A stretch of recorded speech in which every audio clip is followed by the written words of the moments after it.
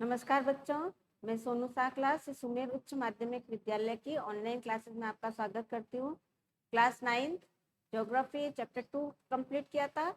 आज हम question answer करेंगे।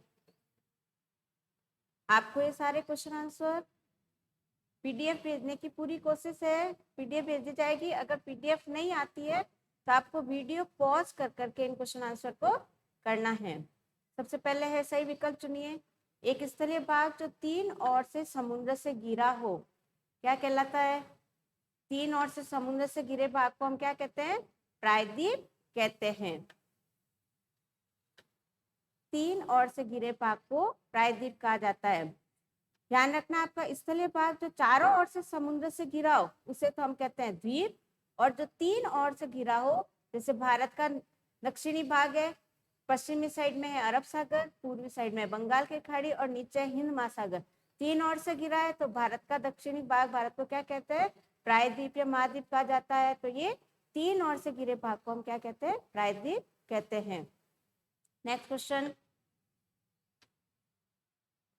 भारत के पूर्वी भाग में म्यांमार की सीमा का निर्धारण करने वाले पर्वतों का संयुक्त नाम। म्यांमार के साथ है जो हमारी सीमा लगती है पूर्वी भाग में, यहाँ पर हमने गारो, खासी, जैंतिया पहाड़ियां और साथ में है जो पर्वत, पटकाई पर्वत और नागा पर्वत श्रेणी को पढ़ा था। ये सारी मिलकर कहलाती है पूर्वांचल श्रेणियां या पूर्वांचल भाग कहलाती है। क्या कहलाती है? पूर्वांचल।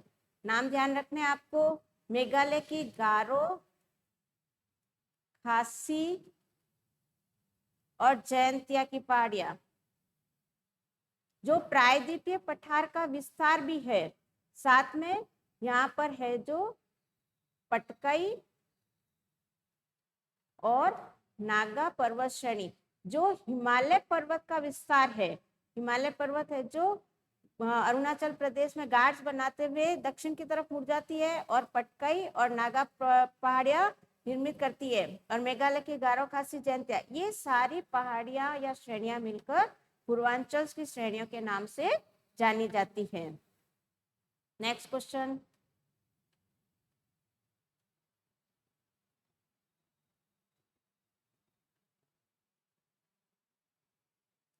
नेक्स्ट करेंगे हम।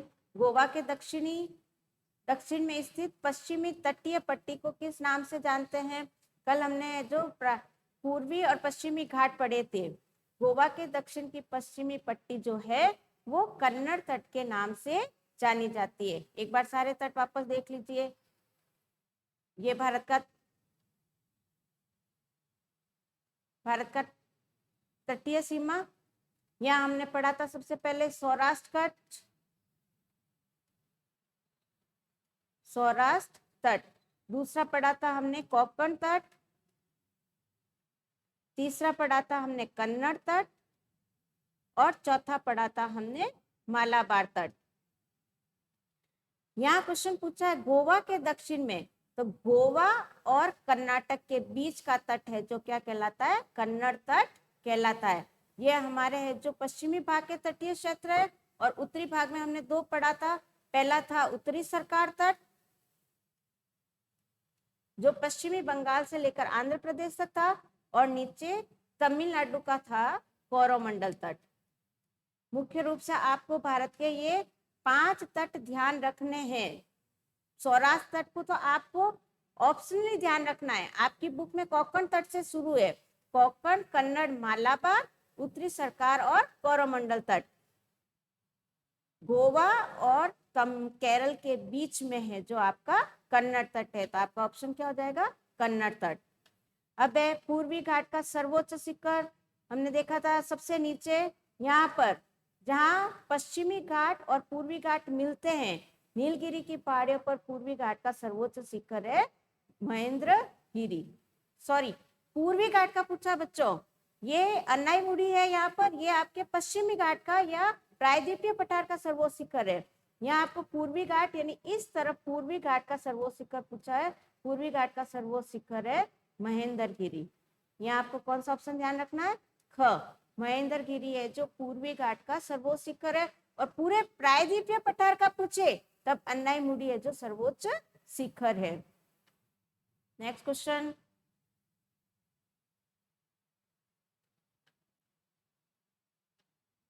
नेक्स्ट क्वेश्चन आपके है भूगर्भीय प्लेट क्या है।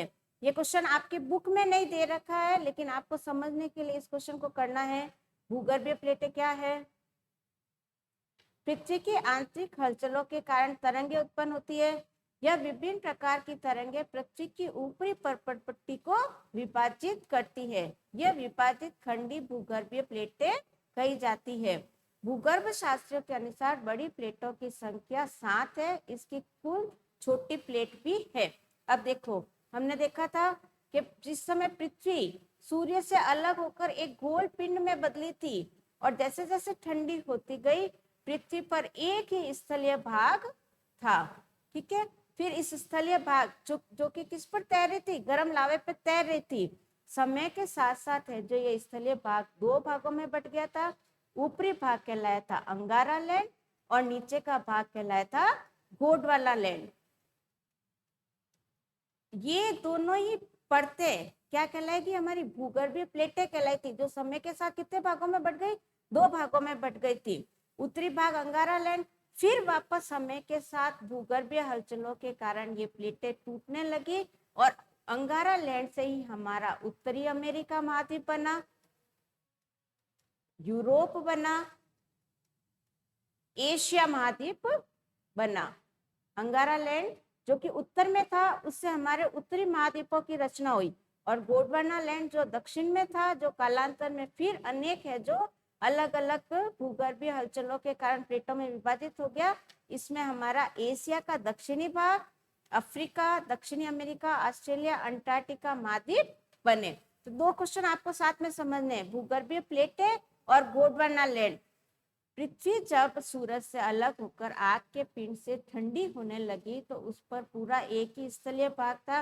कालांतर में भूगर्भीय हलचलों के कारण ये स्थलीय भाग दो भागों में बट गया। उत्तरी भाग अंगारा लैंड कहलाया, दक्षिणी भाग गोंडवाना लैंड कहलाया, और इनके बीच में भाग जो पानी का बना वो हमारा टेथिस महासागर कहलाया था, जिससे हमारा थार का मरुस्थल बना।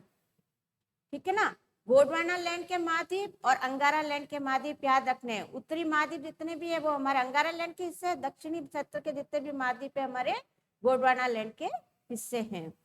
नेक्स्ट क्वेश्चन, भाबर क्या है? हमने मैदानी क्षेत्रों को समझा था कि जब नदियां पर्वतीय क्षेत्र से नीचे उतरती है, घाटी में प्रवेश करती है, मान लो नदियां ढाल से, पर्वतीय ढाल से नीचे उतरी, और जैसे ही घाटी में प्रवेश की, ढाल कम हो गया तो नदियों के पानी का वेग क्या हो गया? कम हो जाता है। और पानी वेग कम होते क्या करती है? अपने साथ लाई बहा के जितनी भी चीजें होती है, कंकड़, पत्थर, पेड़, जीवाश्म, जो भी, वह यहाँ घाटी में इकट्ठा करना शुरू कर देता है। और जब बार बार इस तरह से नदियों का ये नदियों द्वारा ये अवसाद छोड़ा जाता है, तो यहाँ पर है जो तलहटी में कुछ भाग ऊपर हो जाता है। ये पथरीला कंकड़ पत्थर से निर्मित भाग ही क्या कहलाता है? भापर कहलाता है। यहाँ पर समय के बाद, कुछ समय बाद, जब बहुत ज्यादा है जो टापू की तरह बनने लग जाता है, तो नदियां क्या करती है? स्थल पर दिखना बंद हो जाती है और इन पत्थरों के बीच में से नीचे नीचे बहने लग जाती है। तो नदियों द्वारा शिवालिक क्षेत्र ध्यान रखना, हिमालय का सबसे अंतिम भाग जिसको बाह्य हिमालय भी कहा जाता है, भाबर मैदान का एक भाग है। नदियां पर्वत से नीचे उतरती है, शिवालिक की तलहटी में अपने साथ लाए हुए कंकड़, बजरी, रेत का निक्षेपण। निक्षेपण यानी क्या करना है? छोड़ना है, यहाँ छोड़ देती है। ढाल कम हो जाता है तो नदियों का वेग कम होते ही क्या करती है? ये अपने साथ लाई हुई चीजों को पीछे छोड़ देती है। भाबर की चौड़ाई 8 से 16 किलोमीटर तक है। यहाँ पर सरिताएं विलुप्त हो जाती है। सरिताएं यानी नदियां, यहाँ आकर नदियां है जो पानी के इनके पत्थरों के नीचे बहने लग जाती है। और जहां पर ये बड़े पत्थर समाप्त हो जाते हैं, एक जगह ऐसी आएगी कि बड़े पत्थर समाप्त हो गए, अब नदियां वापस स्थल के ऊपर दिखना शुरू हो जाती है। तो जहां स्थल के ऊपर दिखना शुरू हो जाती है उस भाग को कहा जाता है तराई।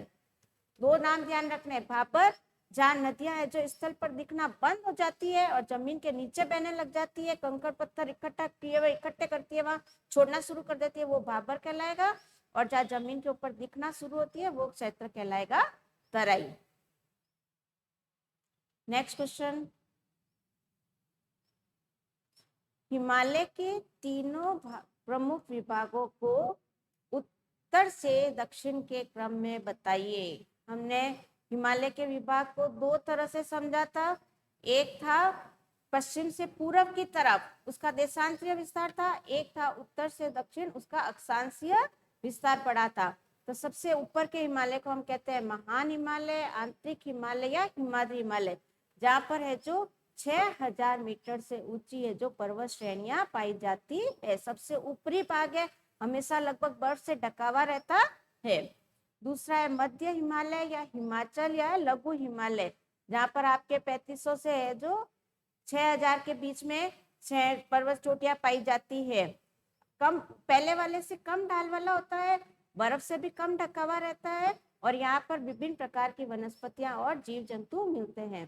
तीसरा बाह्य हिमालय या शिवालिक हिमालय, यहाँ पर है जो मैदानी क्षेत्र की शुरुआत होती है और हिमालय का है जो पर्वतीय क्षेत्र खत्म होता है, इसे हम घाटी कहते हैं, घाटी क्षेत्र भी कहते हैं। यहाँ पर बहुत सारे नगर बसे हुए हैं। इन नगरों में से दून प्रमुख है, जिसमें से हरिद्वार और देहरादून आपको प्रमुख रूप से याद रखना है।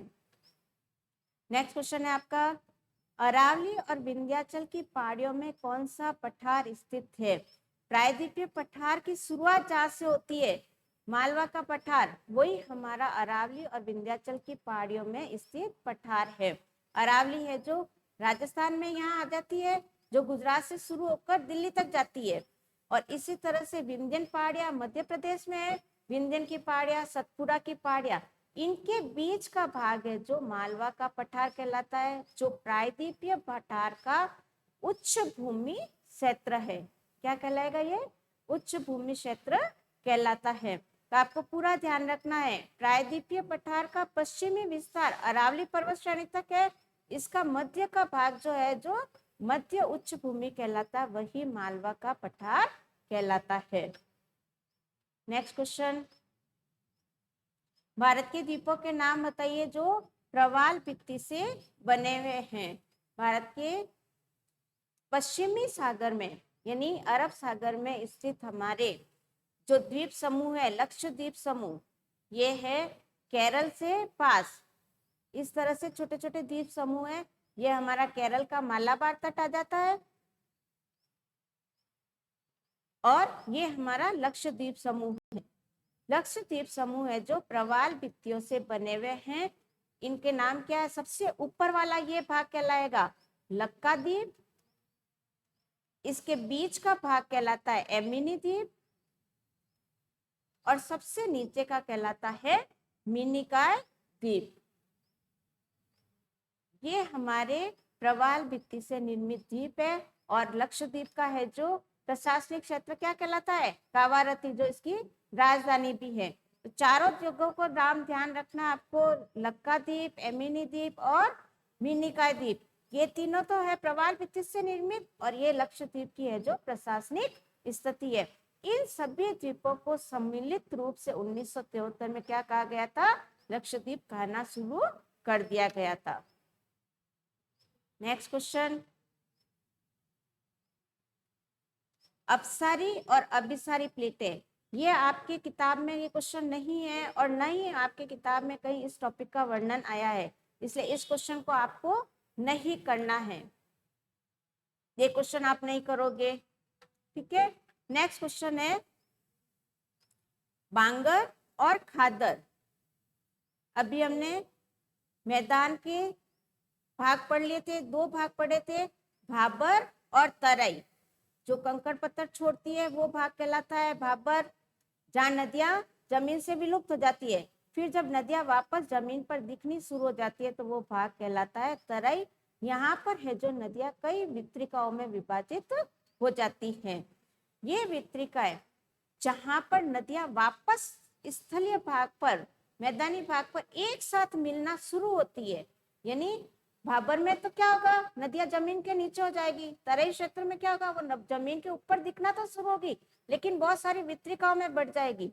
लेकिन कुछ जगह पर ऐसा होगा जब वो पूरी तरह से मैदानी क्षेत्र में बहने लगेगी, तब ये सारी वितरिकाएं आपस में मिलकर एक नदी के रूप में वापस मिल जाएगी और एक चौड़े पार्ट में या आपवा के रूप में बहना शुरू कर देती है। अभी आपके क्वेश्चन आया है बाबर, बांगर। ध्यान रखना है, जहां पर नदियां हर वर्ष नवीन मिट्टी का संचार करती है, नई मिट्टियां बिछाती है, यानी हर वर्ष नदियां इस क्षेत्र में बहती हुई नई मिट्टी लेके आती है, तो वो तो आपका कहलाएगा खादर। क्या कहलाएगा? खादर। और जहां पर नदियां 4-5 सालों में एक बार ही बाढ़ का पानी पहुंचाती है, हमेशा बहने वाले क्षेत्र को तो कहेंगे खादर, और जहाँ 4-5 सालों में बाढ़ आती है तब नदियां वहां मिट्टी लेके जाती है, तो वो कहलाएगी बांगर। ठीक है ना। मैदान के 4 हिस्से है, भाबर, तराई, बांगर और खादर। नवीन मिट्टी वाला हिस्सा कहलाता है खादर और पुरानी मिट्टी वाला हिस्सा कहलाता है बांगर। ठीक है, अब इन दोनों में अंतर देख लीजिए। पुरानी जलोढ़ मिट्टी यानी 4-5 साल में एक बार है जो बाढ़ के द्वारा नदियों का मिट्टी बिछाई जाती है, वो कहलाता है बांगर।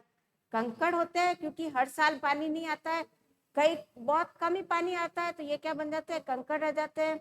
बाढ़ का जल नहीं पहुंच पाता है, जब हमेशा नहीं पहुंचेगा तो मिट्टी कैसी होगी? कम उपजाऊ होगी। खादर की अपेक्षा यहाँ सिंचाई की आवश्यकता होती है। स्वाभाविक है कि जहाँ नदियां पानी ले जा रही है वहां पानी ऑलरेडी फसलों को मिल जाएगा, यहाँ पानी नहीं आ रहा है तो यहाँ हमें सिंचाई की आवश्यकता पड़ेगी। फिर है, बांगर का निर्माण प्लीस्टोसिन काल के पूर्व का माना जाता है। ये काल जो है ये आपके पृथ्वी के शुरू होने से यानी पृथ्वी के जन्म से लेकर अब तक के समय को बांटा गया है, उसमें प्लीस्टोसिन काल भी एक माना जाता है। बांगर में चूने का निक्षेप पाया जाता है, जहां पर बाढ़ का पानी हमेशा नहीं पहुंच पाता, वहां पर जो कंकड़ होते हैं वो किनसे बने हुए होते हैं? चूने के पत्थर से बने हुए होते हैं। नेक्स्ट है खादर। खादर बिल्कुल इसके विपरीत होगा। नवीन जलोढ़ मिट्टी के मैदान होंगे, सबसे पहले ध्यान रखना है, यहाँ बाढ़ है जो हमेशा बाढ़ के द्वारा पानी लाया जाता है, इसमें कंकड़ नहीं पाए जाते। स्वाभाविक है कि कंकड़ पानी की धारा के साथ पीछे ही छूट जाता है। यहाँ पर क्या होगा? महीन बजरी, महीन मिट्टी पाई जाएगी। बाढ़ का पानी प्रतिवर्ष पहुंचता है, इसलिए ये क्षेत्र उपजाऊ होगा। पानी अधिक है इसलिए सिंचाई की आवश्यकता नहीं है। इसका निर्माण भी प्लीस्टोसिन काल से ही माना जाता है। यहाँ पर चूने का निक्षेपण नहीं होता है क्योंकि बहुत बारीक बजरी या मिट्टी पाई जाती है। जहाँ कंकड़ पाए जाते हैं वहां चूने का निक्षेप होगा, और जहाँ मिट्टी कंकड़ नहीं पाए जाते वहां चूने का निक्षेप होगा। नेक्स्ट क्वेश्चन ध्यान रखना है, पूर्वी तथा पश्चिमी घाट में अंतर बताना है हमें।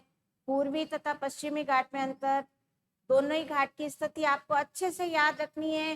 गुजरात के सौराष्ट्र से शुरू होकर पश्चिमी बंगाल तक है जो हमारे दोनों घाट है, इसमें से पूर्वी घाट और ये कहलाएगा पश्चिमी घाट, ये कहलाएगा पूर्वी घाट। अब दोनों में अंतर देखिए।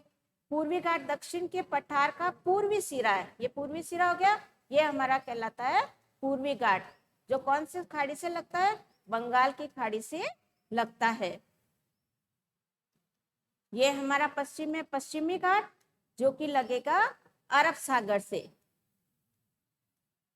अरब सागर के पास का तटीय क्षेत्र कहलाता है पश्चिमी घाट, बंगाल की खाड़ी के पास का तटीय क्षेत्र कहलाता है पूर्वी घाट।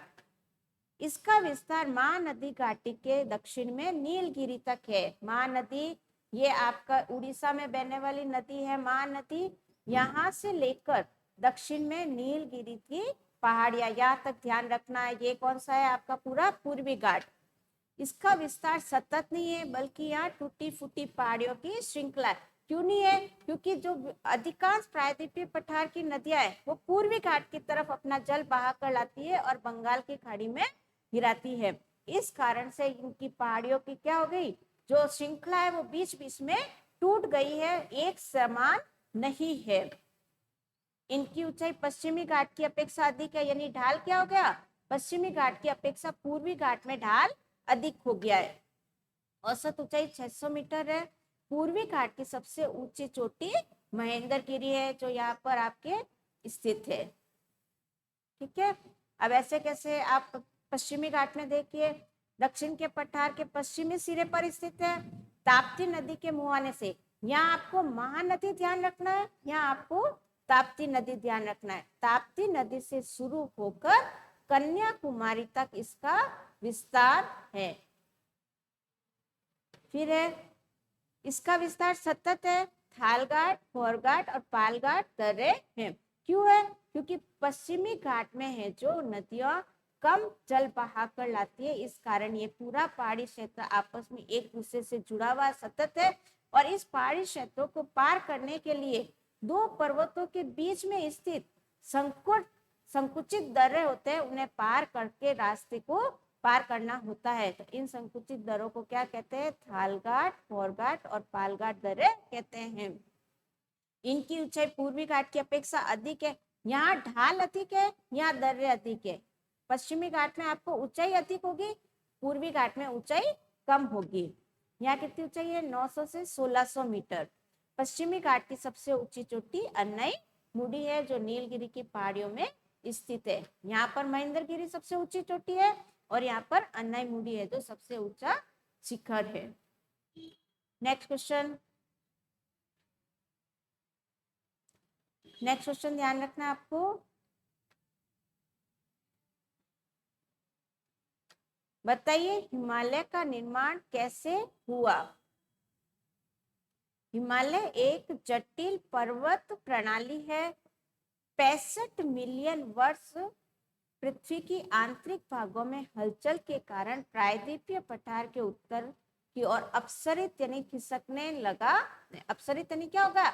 एक जगह से प्रायद्वीपीय पठार उत्तर की ओर खिसकने लगा और इससे 33 सागर में लगातार जमा होते रहे मलबों में दबाव पड़ने लगा, जिससे हमारे महान हिमालय की उत्पत्ति हुई है। अभी आपको बताया था ऊपर का अंगारा लैंड, बीच में था 33 महासागर और नीचे था गोंडवाना लैंड। ठीक है, अब गोंडवाना लैंड की जो परत थी वो क्या हो गई? 33 महासागर के ऊपर की तरफ सरकने लगी, जिससे क्या हुआ? 33 महासागर के अंदर जो भी मलबा था वो क्या हुआ? वो मलबा दबाव पड़ने के कारण है जो ऊपर की तरफ उठने लगा और धीरे धीरे हमारे हिमालय पर्वत का निर्माण हुआ। कुछ समय बाद, कुछ शांत समय के बाद फिर प्रायद्वीपीय पठार उत्तर की ओर खिसका, जिससे मान हिमालय की ऊंचाई में वृद्धि हुई है। मतलब ये प्रक्रिया एकदम नहीं हुई है, ये धीरे धीरे लाखों वर्ष इस क्रिया में लगे हैं। तो धीरे धीरे जब 33 महासागर का मलबा है जो गोंडवाना लैंड के धक्के के कारण, प्लेट के सरकने के कारण ऊपर उठने लगा, फिर वो थोड़ा ठंडा हुआ, फिर गोंडवाना लैंड ने फिर है जो 33 महासागर की उन परतों को या धक्का दिया, फिर मलबा आगे बढ़ा। तो इस तरह से एक परत के बाद दूसरी परत का निर्माण होता गया और हमारा हिमालय पर्वत बना। महान हिमालय के समानांतर एक और श्रृंखला का निर्माण हुआ जिसे लघु हिमालय या मध्य हिमालय कहा गया। यानी जो सबसे पहले हुआ वो हिमाद्री हिमालय, फिर दूसरा बना वो हमारा मध्य हिमालय बना। कुछ शांत समय के बाद फिर प्रायद्वीपीय पठार सरका और फलस्वरूप हमारा लघु हिमालय की ऊंचाई में भी वृद्धि हुई। साथ ही लघु हिमालय के समानांतर एक और पर्वत श्रृंखला का उद्भव हुआ जिसे शिवालिक नाम दिया गया। अब तीसरी बार जब शांति के बाद वापस है जो 33 महासागर का मलबा ऊपर उठा तो तीसरा हिमालय श्रेणी बनी। इस तरह से ये हमारी पहली, ये दूसरी और ये तीसरी लघु श्रेणियां जो हमारे हिमालय का है जो निर्माण होता गया। और ये सब एक दूसरे के समानांतर है। सबसे ऊपरी है जो ऊंचाई अधिक लिए हुए है, फिर दूसरी है जो कम ऊंचाई वाली और सबसे नीचे वाली बिल्कुल भी कम ऊंचाई वाली पर्वत श्रेणियां हैं। नेक्स्ट क्वेश्चन है भारत की प्रमुख भू आकृति विभाग कौन से हैं? हिमालय क्षेत्र तथा प्रायद्वीपीय पठार के उच्चावच लक्षणों में क्या अंतर है? प्राकृतिक विभाग हमने अच्छी तरह से समझे। 6 भारत के प्रमुख भू आकृतियों में बांटा गया है। हिमालय पर्वत श्रृंखला, उत्तरी मैदान, प्रायद्वीपीय पठार, भारतीय मरुस्थल, तटीय मैदान और द्वीप समूह। हिमालय क्षेत्र तथा प्रायद्वीपीय पठार के उच्चावच में निम्न अंतर है। अंतर देख लीजिए आप, सारी चीजें समझाई भी आपको। हिमालय नवीन वलित पर अभी समझा हमने, नवीन भाग है, ये नवीन पर्वतीय क्षेत्र है। ठीक है ना। हिमालय का विस्तार चाप के आकार में उत्तर पश्चिम में जम्मू कश्मीर से लेकर दक्षिण में अरुणाचल प्रदेश तक 2400 किलोमीटर तक है। सबसे ऊंचे भाग में 6000 मीटर ऊंचे शिखर व गहरी घाटियां है। कायांत्रिक शैलों और कमजोर अवसादी चट्टानों से इसका निर्माण हुआ है। इसके 3 प्रमुख भाग है, हिमाद्री हिमालय, मध्य हिमालय और शिवालिक हिमालय। और हिमालय से निकलने वाली नदियां युवा अवस्था में बहती हुई अनेक घाट, जलप्रपात और गहरी घाटियों का निर्माण करती है। जब पानी एकदम ऊपर से सीधे नीचे चट्टानों पर गिरता है तो क्या बनाता है, घाट बनाता है और जलप्रपातों का निर्माण करता है। यानी बिना किसी रुकावट के पानी अगर सीधा ऊपर से नीचे गिरेगा तो वो क्या बनाएगा, घाट और जलप्रपात का निर्माण करेगा। अभी ऐसे कैसे प्रायद्वीपीय पठार देखिए आप, प्रायद्वीपीय पठार में जो प्रायद्वीपीय पठार प्राचीन छोटी पहाड़ियों वाला उत्खंड है। यह त्रिभुजाकार आकृति का है। इसके उत्तर का मैदान और दक्षिण का भाग कन्याकुमारी है। आकार मेज के समान है, जो जहाँ चौड़ी और छिछली घाटियां या गोलाकार पहाड़ियां स्थित है। प्रायद्वीपीय पठार का निर्माण आग्नेय और कायंत्री शैलों से, हिमालय का निर्माण पड़ा था अवसादी शैलों से, जबकि प्रायद्वीपीय पठार का निर्माण आग्नेय व कायंत्री शैलों से होता है। दो भागों में बटा हुआ है, मध्य उच्च भूमि जिसमें मालवा का पठार आता है और दक्षिण का पठार जो नर्मदा नदी के दक्षिण से लेकर नीलगिरी की पहाड़ियों तक विस्तारित है। प्रायद्वीपीय क्षेत्र में बहने वाली नदियां अपनी प्रौढ़ावस्था में यह अनेक भ्रंश घाटियों का निर्माण करती है। भ्रंश घाटियां क्या है कि पृथ्वी के अंदर होने वाली हलचलों के कारण पहाड़ों या पर्वतीय क्षेत्रों में दरारें पड़ने लग जाती है, जिससे दो पर्वतीय क्षेत्र एक दूसरे से दूर होने लग जाते हैं। वो क्या करेंगे, भ्रंश का निर्माण करेंगे। नेक्स्ट क्वेश्चन है आपके, भारत के उत्तरी मैदान का वर्णन कीजिए। उत्तरी मैदान जो कि हिमालय के दक्षिणी क्षेत्र में और प्रायद्वीपीय पठार के उत्तरी भाग में स्थित है। भारत के उत्तर मैदान का विस्तार उत्तर में हिमालय पर्वत और दक्षिण में प्रायद्वीपीय पठार के बीच में है। तीन प्रमुख नदी तंत्र बनते हैं, सिंधु, गंगा और ब्रह्मपुत्र नदियां। जलोढ़ के निक्षेपण के कारण उपजाऊ मैदान का निर्माण होता है। जलोढ़ यानी क्या होता है, नदियां द्वारा बिछाए गए हर वर्ष जो मिट्टी लाई जाती है उसको क्या कहते हैं, जलोढ़ कहते हैं। जो मिट्टी, पत्थर, कंकड़ जो भी पीछे शेष अवशेष बच जाते हैं, छोड़ देती है जिन्हें नदियां पानी के बहाव कम होने के कारण, वो सारा क्षेत्र क्या कहलाता है, जलोढ़ मैदान कहलाता है। 7 लाख वर्ग किलोमीटर क्षेत्र में विस्तृत है। 2400 किलोमीटर से इसकी लंबाई है, जो 240 किलोमीटर से 320 किलोमीटर की चौड़ाई में स्थित है। मैदानी क्षेत्र है, जनसंख्या अधिक है, पानी की उपलब्धता भी अधिक है। अनुकूल जलवायु के कारण यहाँ कृषि के दृष्टिकोण से महत्वपूर्ण उत्पादक क्षेत्र भी है। नेक्स्ट ध्यान रखना आपको, टिप्पणी करनी है मध्य हिमालय, मध्य उच्च भूमि और भारत के द्वीप समूह के बारे में। मध्य हिमालय का पूरा वर्णन है आपके कि ये कहाँ स्थित है, महान हिमालय व दक्षिण में अवस्थित हिमालय के मध्य हिमालय या लघु हिमालय के नाम से जानते हैं। हिमाचल हिमालय भी कहते हैं इसको। इस हिमालय का निर्माण अत्यधिक संपीड़ित और रूपांतरित शैलों से हुआ है। इस हिमालय की औसत ऊंचाई 3700 से 4500 मीटर है, चौड़ाई 50 किलोमीटर है। यहाँ पर पीर पंजाल, धौलाधर और महाभारत श्रृंखलाएं हैं। लघु हिमालय में कश्मीर की घाटी, कुल्लू की घाटी और कांडला घाटियां अवस्थित है। ये सारी चीजें आपको लेसन में समझाई हुई है। नेक्स्ट है मध्य उच्च भूमि। यह भाग नर्मदा नदी के उत्तर में मालवा के पठार के अधिकतर भागों में फैला हुआ है। दक्षिण में विंध्याचल से लेकर उत्तर में अरावली तक इसका विस्तार है। मालवा के पठार में अधिकतर भाग विशिष्ट क्षेत्र में अवस्थित है। यह भाग पश्चिम में चौड़ा है और पूर्व की ओर जैसे जैसे संकरा हो जाता है। कल हमने समझा था कि पूर्व की ओर जैसे जैसे बुंदेलखंड और रुहेलखंड की पहाड़ियां, बघेलखंड की पहाड़ियों में ये क्या करता है, जैसे जैसे संकरा होता जाता है। इस क्षेत्र की प्रमुख नदियां चंबल, बेतवा, कैन, जो दक्षिण पश्चिम से उत्तर पूर्व की ओर बहती है। ठीक है, इसका विस्तार है जो छोटा नागपुर के पठार के नाम से भी जाना जाता है। नदियों का विस्तार, अफवाह ध्यान रखना आपको कि दक्षिण पश्चिम से यानी निचले भाग से शुरू होकर ये उत्तर पूर्व की ओर ऐसे इस तरह से बहती हुई जाती है। चंबल नदी है जो मऊ जिले से निकलती है, फिर वो वापस पूरा है जो अपने राजस्थान के चित्तौड़गढ़ में प्रवेश करती है और कोटा, सवाई माधोपुर और इस तरह से होती हुई ईटानगर यूपी में यमुना नदी से मिल जाती है। तो उत्तर पश्चिम में दक्षिण पश्चिम से शुरू होकर उत्तर पूर्व की ओर ये नदियां बहती है। नेक्स्ट आपके है लास्ट रह गया आपके भारत के द्वीप समूह। भारत के 2 द्वीप समूह हैं, अंडमान और निकोबार द्वीप समूह और लक्षद्वीप समूह।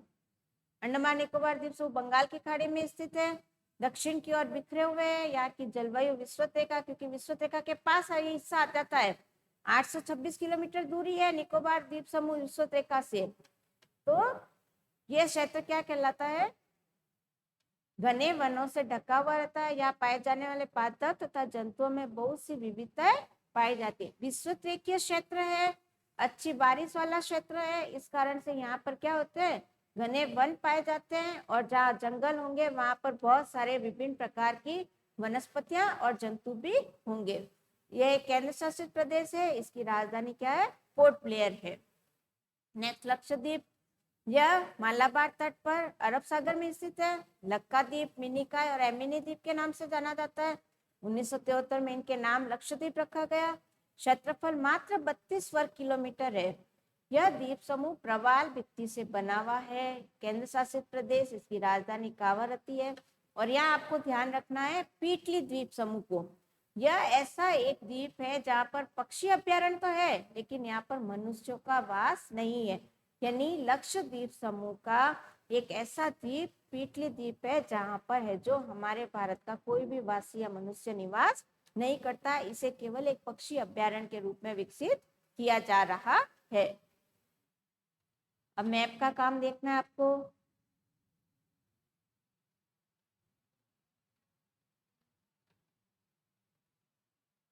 मैप में आपको भारत के रेखा मानचित्र में निम्नलिखित दिखाई गई पर्वत श्रेणियां, जिसमें K2, ये देखिए सबसे ऊपर हमारे कराकोरम दर्रे में स्थित है K2। फिर है कंचनजंगा, ये सिक्किम और नेपाल में दोनों के सीमा पर स्थित है कंचनजंगा। तीसरा है नंगा पर्वत, ये कश्मीर में स्थित है। और अनाईमुडी, ये दक्षिण भारत की सबसे ऊंची चोटी है, ये अनाईमुडी। मैप को अच्छी तरह से आपको पढ़ना है। जहाँ चीज आपको समझ में नहीं आती है वहाँ आपको क्या करना है, जब लिखने की जगह नहीं मिल रही है आपको, तो वह आपको डॉट लगा के, आप इस तरह से डॉट बनाओगे, गोला बनाओगे और तीर लगा के उसको मैप के बाहर भी लिख सकते हो। पठार बताना आपको, शिलांग, छोटा नागपुर, मालवा और बुंदेलखंड सारे लाइन सर है। ये मालवा का पठार, इसी का विस्तार है बुंदेलखंड का पठार, इसी को आगे कहा है छोटा नागपुर का पठार। और भ्रंश के कारण छोटे नागपुर से अलग होकर ये मेघालय का शिलांग पठार बना है। यहीं पर हमारी गारो, खासी और जयंतिया पहाड़ियां हैं। नेक्स्ट ध्यान रखना है थारका मरुस्थल, ये हमारे राजस्थान का राजस्थानी प्रदेश, इसका पश्चिमी भाग। यहाँ आपको थारका मरुस्थल इस तरह से आप गोला बनाओगे और गोले से बार लिखोगे।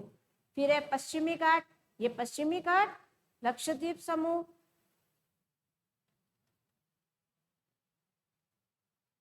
ये आपका लक्षद्वीप केरल तट, ये मालाबार तट और इसके पास ये लक्षद्वीप समूह। ये है गंगा जमुना का दोआब और कोरोमंडल तट, ये कोरोमंडल तट। और ये पूरा ये यमुना नदी, ये गंगा नदी और इसके बीच का ये भाग कहलाता है गंगा यमुना का दोआब तट। जहां पर गंगा और यमुना नदियां साथ साथ बहती हुई आपस में मिलती है, वह सारा प्रदेश, उसके बीच का भाग क्या कहलाता है? दोआब क्षेत्र कहलाता है। ठीक है, आपको पीडीएफ भेज दी जाएगी। अगर पीडीएफ नहीं आती है आपके पास तो आप इसी वीडियो को पॉज करते हुए जो अपने क्वेश्चन आंसर कॉपी में करेंगे। आपका दूसरा चैप्टर पूरा हो गया है। सारे क्वेश्चन आंसर आपको कॉपी में अच्छे से लिखने हैं, लेसन का नाम लिखना है, क्वेश्चन आंसर को ढंग से करना और मैप करके मैप भी लगाना है। आज की क्लास यही समाप्त होती है। नेक्स्ट लेसन करेंगे हम तीसरा अपवाद तंत्र का। धन्यवाद बच्चों।